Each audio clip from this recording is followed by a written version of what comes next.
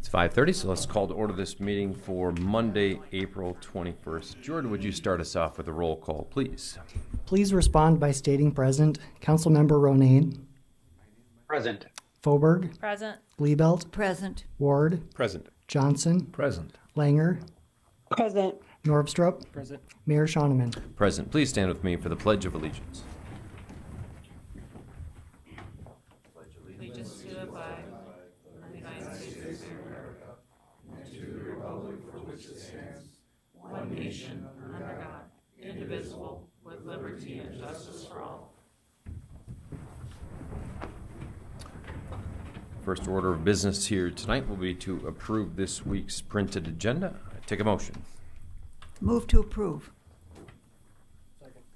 Got a motion from Councilwoman Liebelt and a second from Councilman Norvstrup. All in favor, please say aye. Aye. Opposed, nay. Motion carries. 2 weeks ago, we had a meeting on April 7th. We will be taking a vote to approve the minutes from that meeting. Would someone care to make a motion on that? So moved. Second. Got a motion from Councilman Johnson, second. Councilman Ward, does anyone from the council have anything to discuss on the minutes? Looks like you did a good job, Jordan. Nice work. All in favor, please say aye. Aye. Aye. Opposed, nay. Motion carries. Consent calendar has quite a lot of different things going on today, including a lottery notice, a retail on sale one-day license for an event at our library. We've got or at the Arc Library, special one-day on sale wine license for the Wine Walk on Main Street, which should be a fun event. We've got wine and cider license for a new business. We've got wine and cider license renewal. Street and trail use for a private citizen, private event, a number of community event permits, as well as a series of retail on-sale malt beverage and South Dakota wine license renewals. I would take a motion in total to approve all of our consent calendar items here tonight.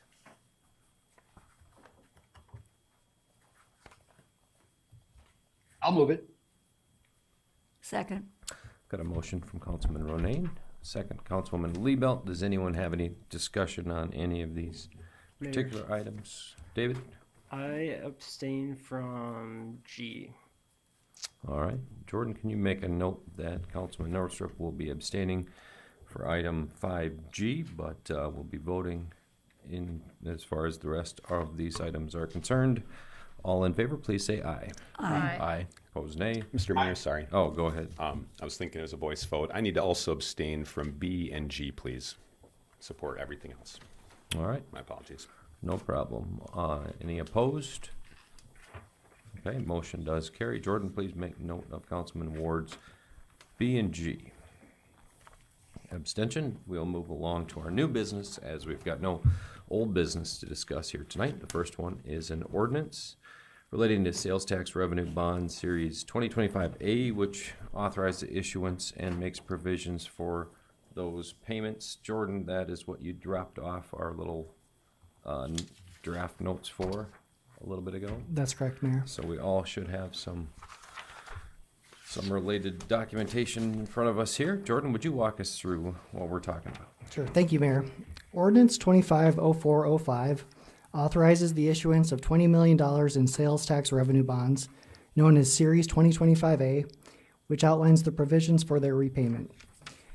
Planning for the new Public Works facility has been in progress for several years, with significant momentum gained in August 2023 following a space needs analysis completed by HKG Architects. A team of experts visited Public Works facilities across Wyoming, South Dakota, and North Dakota to assess space requirements and provide recommendations. The estimated cost for the facility was projected between $21.3 million and $26.4 million. The next step was to evaluate possible locations, which the best site identified was a nature area in the northwest corner of town. In 2024, the City Council approved the 2025 appropriation ordinance and the 2025 through 2029 capital outlay plan, both of which include provisions for the new Public Works facility to be funded by sales tax revenue bonds. At our last meeting, the City Council approved the purchase of land adjacent to city-owned property in the industrial park to accommodate future development of our Public Works facility.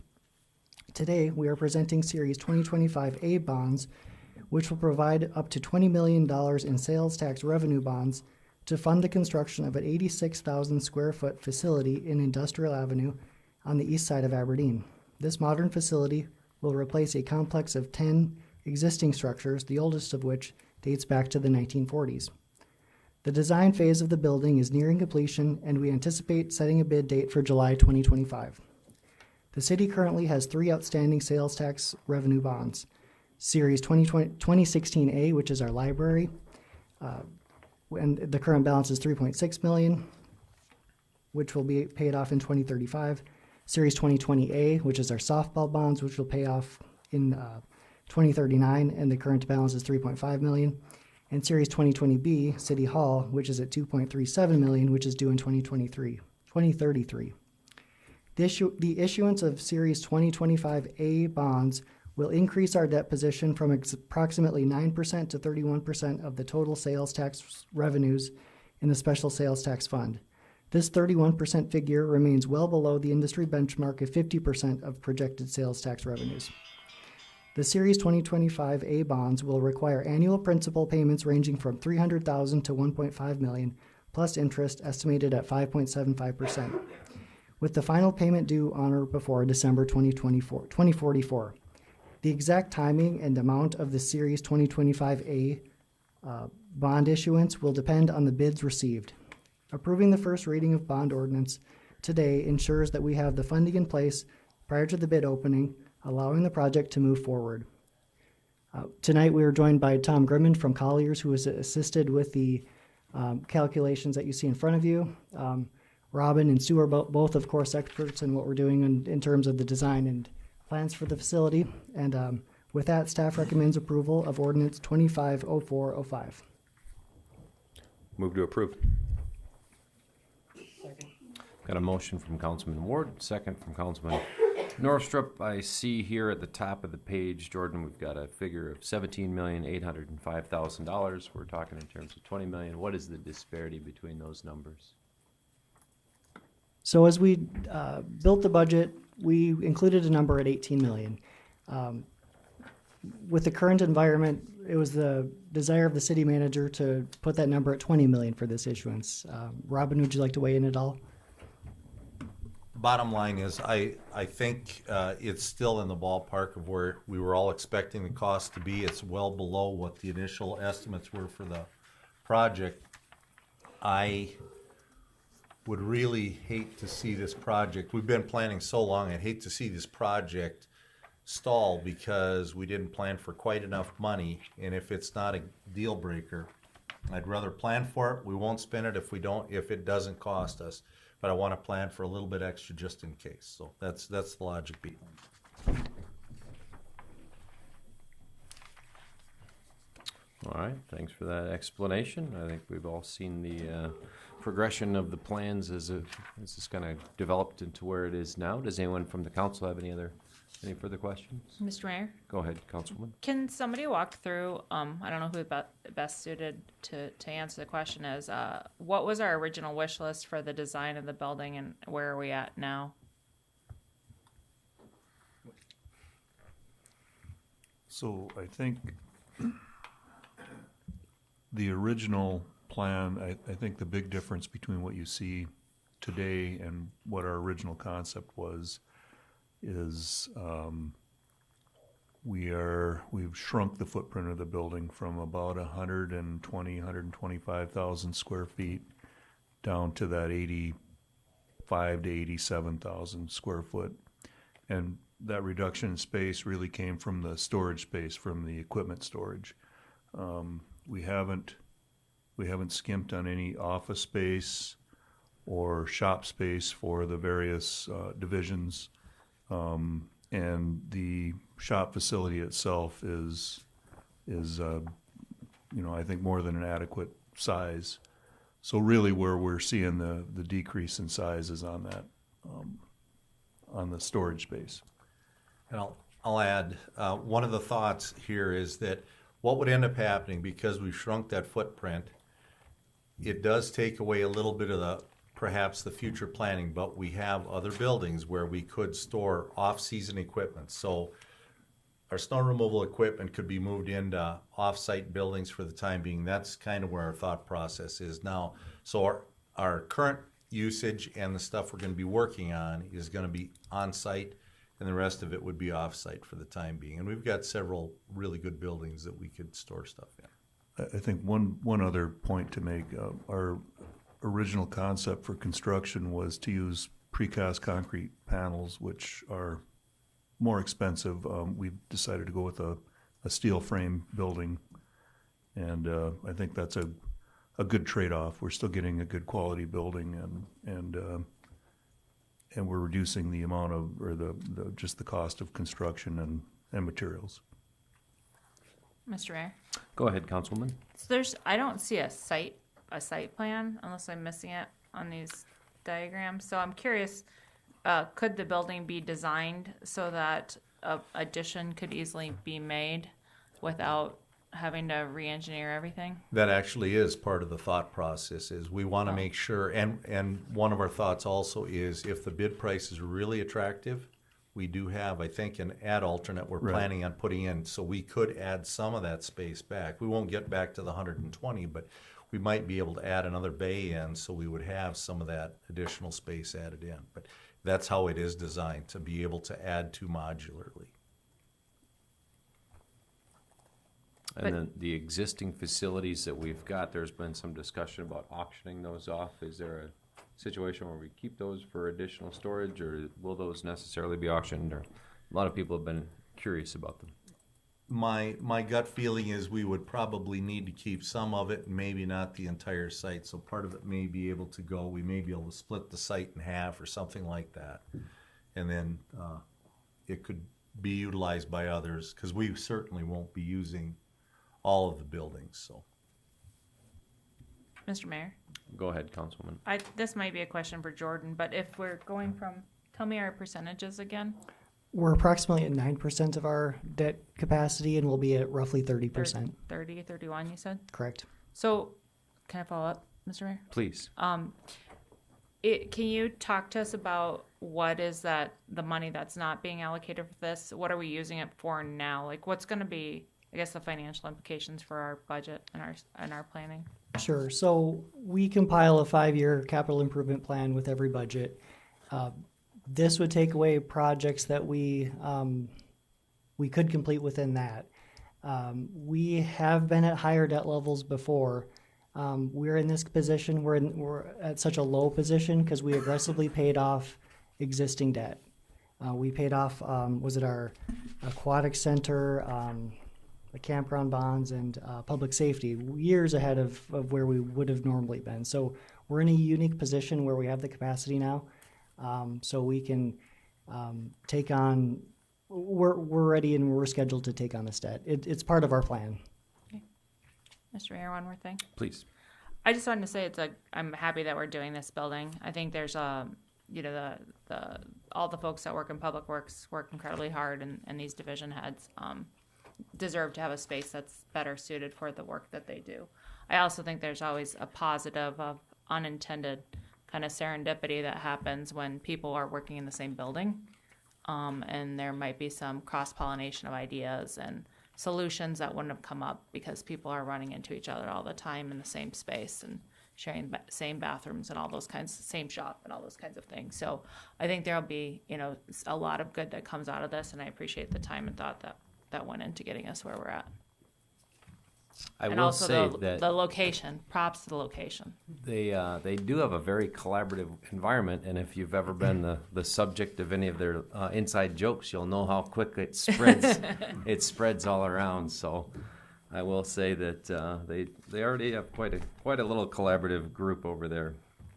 So, all right, we've got our motion, we've got our second. Any other questions or comments from anyone in the council? Go ahead. Thank you, Mayor. I think it's wonderful to be in this debt position where we are. 9% is outstanding. I'm excited. This is one of the, it's a culmination of a lot, and I'm excited to see this come to fruition with a bid date of July, 90 days out. What's the anticipated timeline to actually transition and move into the completed building? So we're anticipating about a 2-year construction window, so we'd be moving into the building in 2027, probably in the late summer, fall. Great, thank you. Jordan, would you give us a roll call vote then, please? Councilmember Ronayne, Aye. Foberg, Aye. Liebelt, Aye. Ward, Aye. Johnson, Aye. Langer, Aye. Norvstrup, Aye. Mayor Shoneman. Aye, motion carries. Next, we've got our possible appointment of a new Parks and Rec and Forestry Director, Matt Braun. Were you going to walk us through that, Robin? Sure. 2-3 weeks ago, we met with the Parks and Rec Board and decided on some candidates to interview, some in-house, some out-of-house. And ultimately, there was one candidate that the Parks Board has decided, and I support it, that they would like to offer the position or have offered the position to Matt Braun, and they want your concurrence or confirm the appointment. They do the appointment basically, and you set the salary is how the ordinance is written. So we would like your confirmation of Matt Braun as the new Parks and Rec and Forestry Director. He will be starting April 28th, so a week from today, and his annual salary would be $109,828. And we recommend approval. I'll move for approval. Second. I've got a motion from Councilman Johnson, a second from Councilman Ward. I trust that the salary falls within our grid of salaries for the position and the experience and all of those things. step, yes. Beginning step. Sounds great. Had an opportunity to take a look at him online. Looks like he's got all the right experience, so looking forward to meeting him in person. And he's from the area originally, so. All right, does anyone else have anything to state before we take a vote? All right, got a motion, got our second. All in favor of this appointment, please say aye. Aye. Aye. Opposed, nay. Motion carries. Next, we've got a public hearing and a possible approval of a retail on-sale liquor license to a Levity Entertainment here today. And Jordan, I'm sure that you already anticipate Councilman Norvstrup will be abstaining in this one, given his involvement in the business. But I don't see anyone here to oppose the thing. If someone wanted to speak in favor of it, I don't think that it'll probably be necessary. I'd take a motion to approve that on-sale liquor license. Move to approve. Second. Got a motion from Councilwoman Liebelt, second Councilman Johnson. Any discussion to be had before we take the vote? Mr. Mayor, Go ahead, the only Councilwoman. question I have is how, it's not a transfer license, it's a new license? It's the restaurant one, so they have to sell more. Those are the ones that the city can still generate. So, but I misunderstood. I thought you had to like be in business and sell food to X amount for They an will. X number of years. No, they'll just have to keep receipts. And then, is it 60-40 mix? They'll have to sell 60%. I just want to understand it. I'm not, I'm No, it's, not worried I about can- this I actual can explain that. proposal. I just want to understand the new license process. When an application comes in for a restaurant liquor license, they have to affirm that they'll be meeting the requirements, which are, I think, 60% food sales. And we will then follow up as well, and then if there's a renewal, we'll actually ask for to see their real sales to prove it. But we've been very successful with the three that the city currently has outstanding. This will be our fourth. And one more question. Go ahead, Councilwoman. And Ron, you can just confirm that there's no video lottery with these ones, right? No, the state has said that if you have a liquor license, then video lottery is available to those licensees. Even these new ones? Even the restaurant, yeah. At least it's been my understanding. I could check, and if I'm wrong, I will let you know publicly next week. But my understanding is that the restaurant liquor licenses do have video lottery eligibility like any other liquor license.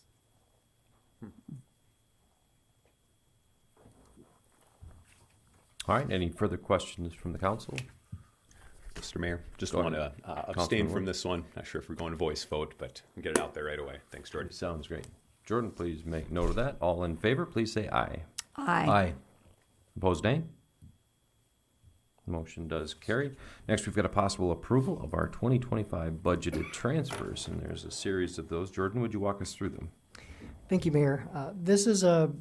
We're requesting action to perform numerous transfers that are already provided for within the 2025 budget ordinance. We have a lot of funds, we do a lot of things, and this ordinance is a statutory requirement for us to really just execute the budget. It's moving cash between funds. I can provide more detail if you'd like it, but there's a lot of activity. The gist of it is that special sales tax pays for debt and various capital projects throughout our government. And there are other administrative fees that move between funds as well. Thank you, Jordan. Nothing out of the ordinary for any of these. Very typical stuff. But there's not a single line item in here that is unanticipated, or was it a surprise? Every item within this budget transfers and within the budget ordinance, and staff recommends approval. Thank you for that clarification, Jordan. I would take a motion if someone was so inclined. Moved. Second. Motion Johnson, second Northrup. Any questions from the council? Okay, Jordan, would you give us a roll call vote then, please? Councilmember Norvstrup, Aye. Langer, Aye. Johnson, Aye. Ward, Aye. Liebelt, Aye. Foberg, Aye. Ronayne, Aye. Mayor Shoneman.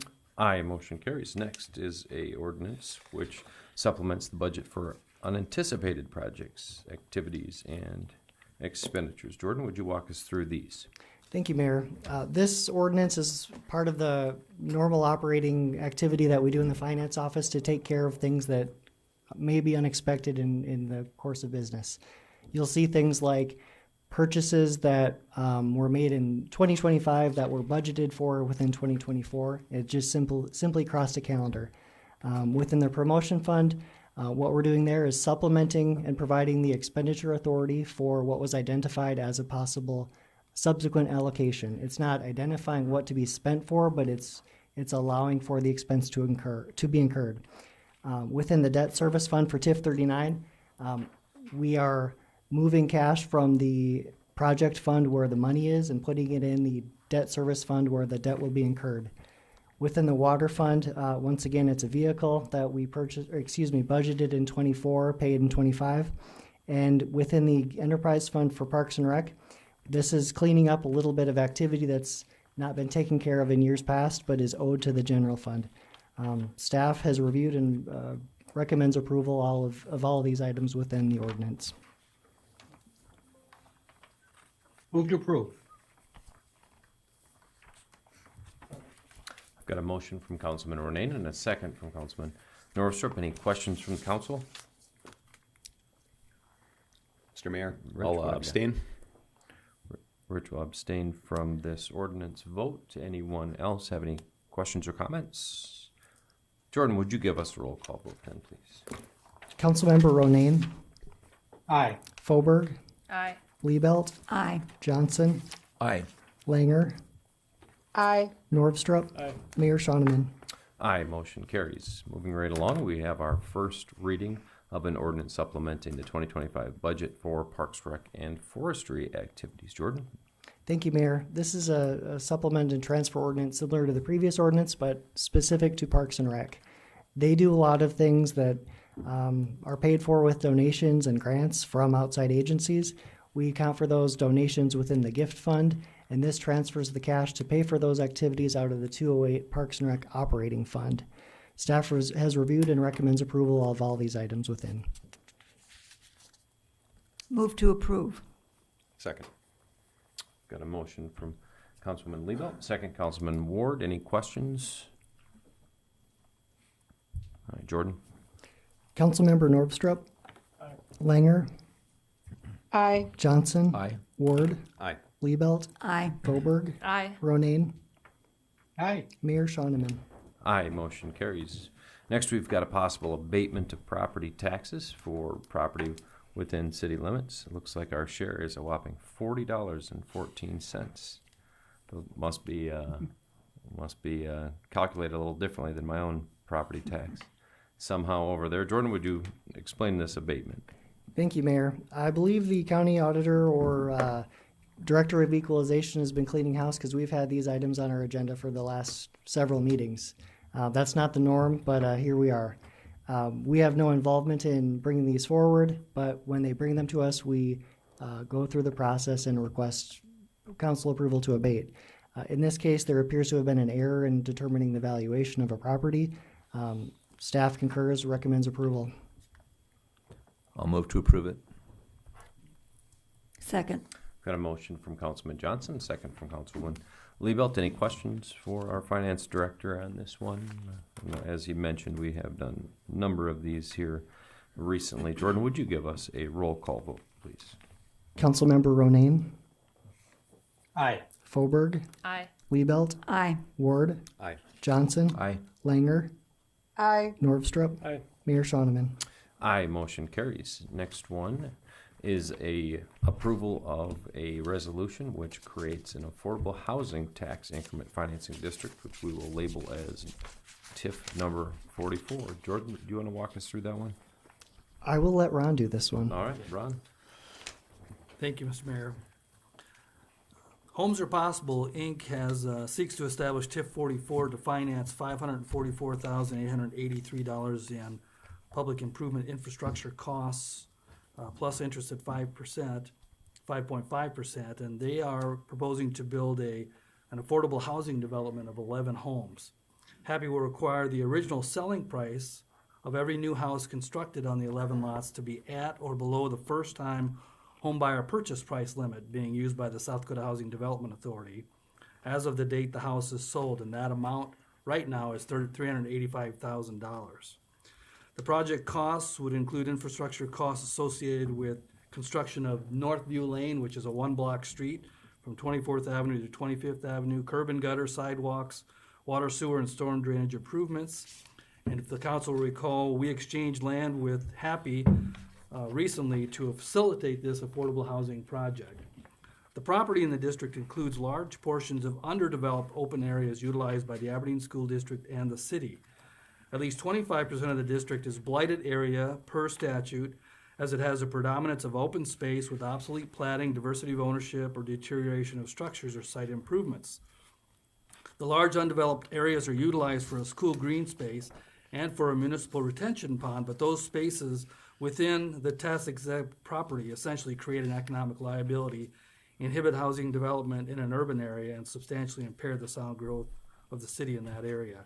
County officials on April 10th at a meeting with city officials and developers recently expressed support for the affordable housing TIF 44, and the Planning Commission on April 15, 2025 recommended approval of the project plan for TIF 44 and established the district boundaries identified. Administration supports the creation of TIF and recommends the council approve the resolution. I will also add that the development agreement, which we've made a requirement before we actually bring these forward, has been signed off on, so we're just waiting for a council approval to establish and create TIF 44. Move to approve. Second. Got a motion from Councilman Ward, second Councilman Fulberg. And so the crux of a lot of the discussion with that county meeting that we had held was we're not so interested in creating local TIFs or TIFs with the distinction of local, this being low income seems like it's favorable of the two. We had also talked a little bit about their involvement in those things. They're very involved from the onset of these things happening from the developer's perspective. Could you just quickly walk us through how the county is involved in our TIF process? Okay, I'll add in, Or and then perhaps. Robin or Jordan are free to pop in if they see fit. But the TIF process actually begins with the county assessor's office, where the developer will go to the county assessor and identify an area that they think they'd like to call the district, and they'll ask the county assessor to start working with them on helping them project what they think the tax increment could be on the proposed improvements. And in this case, it's affordable housing, so it's actually residential homes. And then you'll have the economic development TIFs, which might be commercial properties or repurposing of properties, such as we see down in Main Street.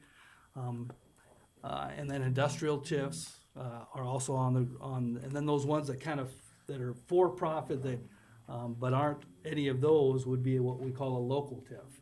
And the local TIF versus any other TIF really has to do with how that tax gets spread around within properties in the school district. And these are treated, the affordable housing TIF that we have here is a favorable treatment where that is not necessarily borne just by our school district, but we're able to pass it throughout the state. So that process with the developer coming to the assessor's office to identify proposed properties within a district, once they've satisfied themselves that they can support the project with that particular district and the projected increment that they can get off of that, that's when they start putting together the project plan, start the process with the city. We do all our reviews, goes through the planning commission to in fact establish that district. Hopefully, if everything has gone smoothly, it gets approved by the council, and then afterwards, the state then in fact does certify the increment base, and that's the money that you saw, for example, earlier today. Jordan mentioned that we are transferring funds in order to pay the bonds that are owed on, or is it bonds? That are owed on TIF 39. That's because of the increment that has been established by the state. Those properties have in fact created the proposed increment, and now that project is going forward as we had hoped. Well, all TIFs they're a part of it from the beginning, at least aware of them, and then in terms of whether or not their commission is supportive, I guess doesn't really come up at any given point. But we had gleaned that this one was a county-supported TIF from that meeting. Right. Yeah. Yeah. That was a very good meeting with the county, and they had made it clear that they support TIFs. That they want to make sure that we're working with the developers to make sure that these properties fall within a way that doesn't fall as heavily on the taxpayers in Brown County and specifically in the Aberdeen School District.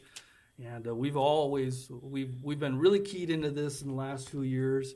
It's actually 2018 that legislation came down, and so we're working hard to try to make sure we get those within other than a local TIF. Thank you for that clarification. Does anyone else have any questions? Go ahead, Councilman Johnson. Thanks, Mayor. I'm studying pages 121 and 122. That's the aerial view and also the plat page. Do I understand correctly that 8 of these 11 properties will be built on the north side and 3 on the south side of Fairgrounds Road? Is that correct? I believe that's true. That is correct.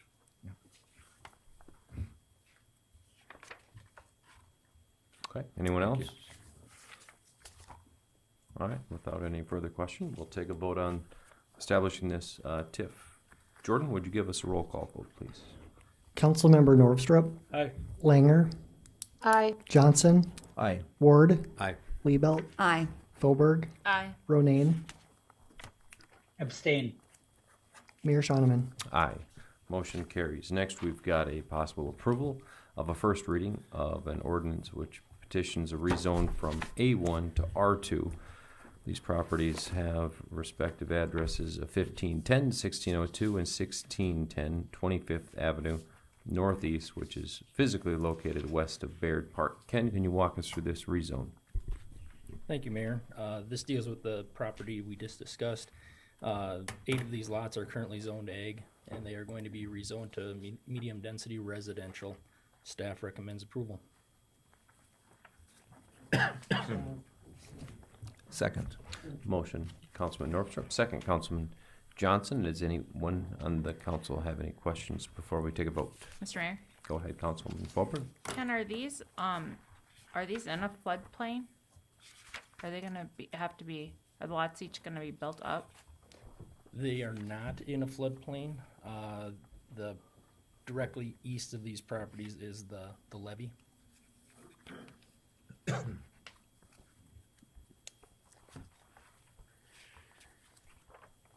Look at how big those lots are on the kind of the southwest side of the image.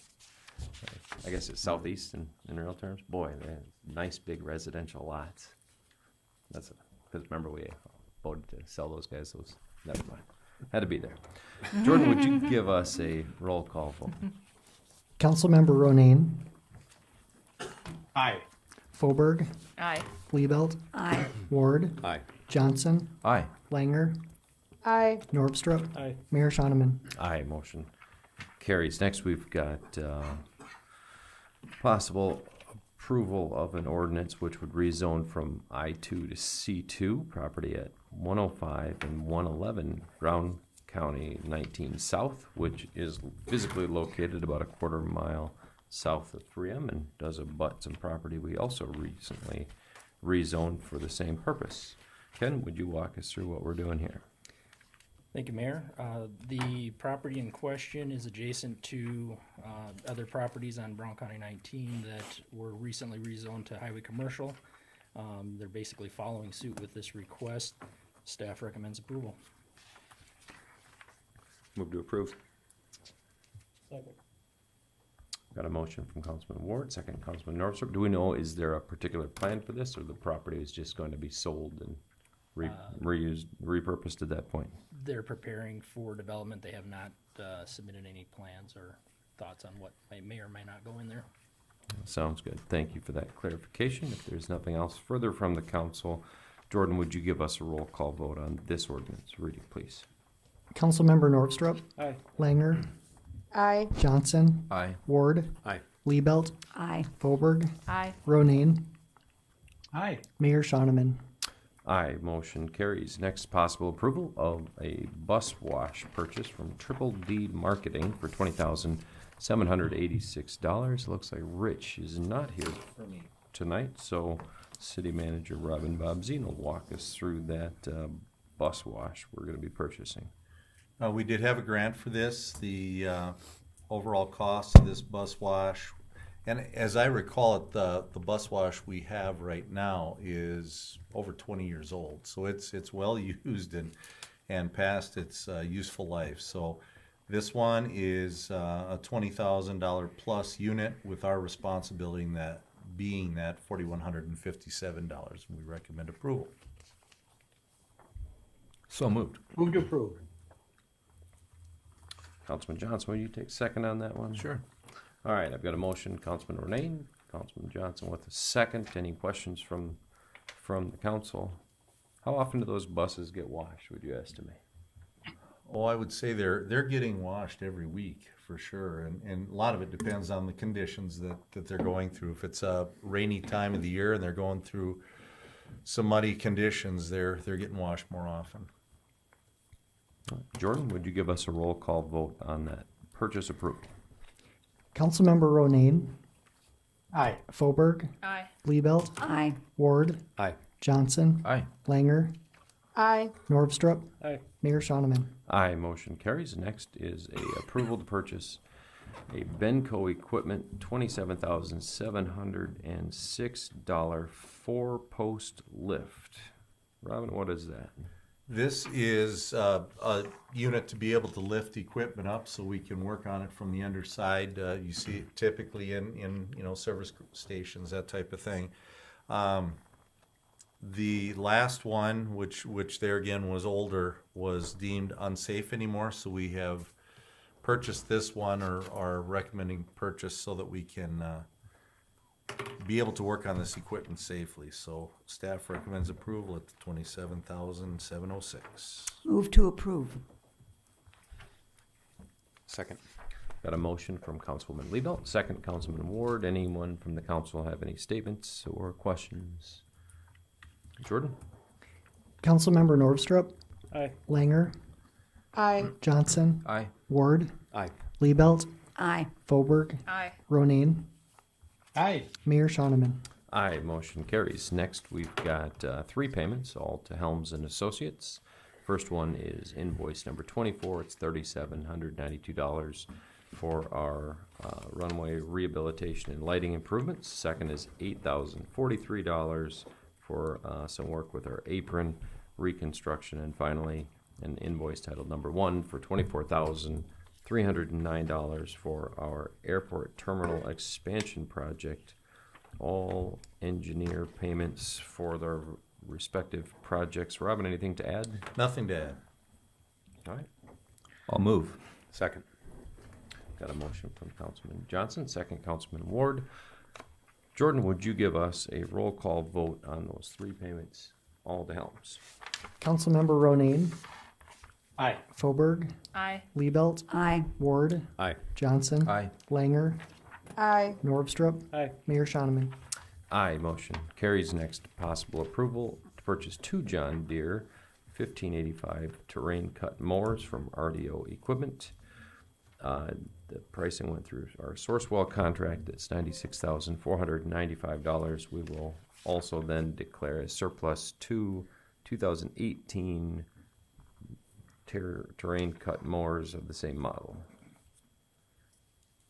So there's some further stipulations to approve the purchase of the mowers and approve the payment of $96,495.70, as well as to surplus those existing mowers. Robin, anything going on? The only thing I'll add is that the declaration of surplus, they will be put to surplus and probably taken to our auction or however we decide to dispose of them after we've received the other units.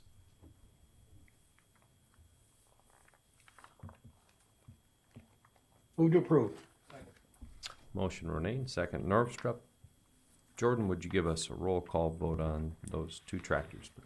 Councilmember Norvstrup, Aye. Langer, Aye. Johnson, Aye. Ward, Aye. Liebelt, Aye. Foberg, Aye. Ronayne, Aye. Mayor Shoneman. Aye, motion carries. Final order of new business here tonight is our possible approval of a pay request title number 5 for $144,608.48. It's to B&B Contracting for work on our Klein Street storm sewer system, which wrapped up last fall, early last winter. Stu, closeout money here? Yes, so really, other than the seeding and restoration work on this project, it's all done. It was an oversight on our part. Normally, when you get to 90% complete of your contract price, we reduce retainage to 5%, and it was kind of an inadvertent error on our part, so we're just releasing that to get them caught up to where they should be. Move to approve. Second. We've got a motion from Councilman Ronayne and a second from Councilman Johnson. Any questions for city engineer on this payment? Did a good job explaining what it is for. Jordan, would you give us roll call vote then on this one? Councilmember Ronayne, Aye. Foberg, Aye. Liebelt, Aye. Ward, Aye. Johnson, Aye. Langer, Aye. Norvstrup, Aye. Mayor Shoneman. Aye, motion carries. Next, we've got a review and approval of claims and payroll. The bill list, of course, is for this week and the week prior. The next is pay period is for April 6th through April 19th. Take a Move to motion. approve the bills and the payroll. I've got a motion from Councilwoman Liebelt, second Councilman Norvstrup. Any final words before we take this last roll call vote of the evening? Jordan? Councilmember Norvstrup, Aye. Langer, Aye. Johnson, Aye. Ward, Abstain. Councilmember Liebelt, Aye. Foberg, Aye. Ronayne, Abstain. Mayor Shoneman. I also must abstain, but we do have enough votes to approve this thing, so the motion does carry. Bills will be paid. City manager's report is next. Robin, what have you got for us this evening? Quickly, I think Jordan, your on-site folks, are you about done with your audit on-site? That's correct. Been a number of visits through different departments, and we thank everybody for their cooperation in trying to get this buttoned up. We did have a couple really beneficial meetings, I thought. You know, we had referenced that meeting with the county about positions on TIFs and how the TIFs work for the county and what we utilize, why we think it's a great objective. I think that was a very beneficial meeting to try to gain some additional understanding on where they're coming from. We had another one with the Development Corporation, which was also very beneficial, I thought, in the last week and a half. And we did spend a fair amount of time working on that Public Works building, kind of the final planning, so that the architects can get things finalized and ready to go for that bid. So it's been a good couple weeks, but we did not have any celebration of anniversaries for anybody this time. I think that's the first time in months that I haven't had at least one. But May, it sounds like, is going to be a doozy. So Thank you for that.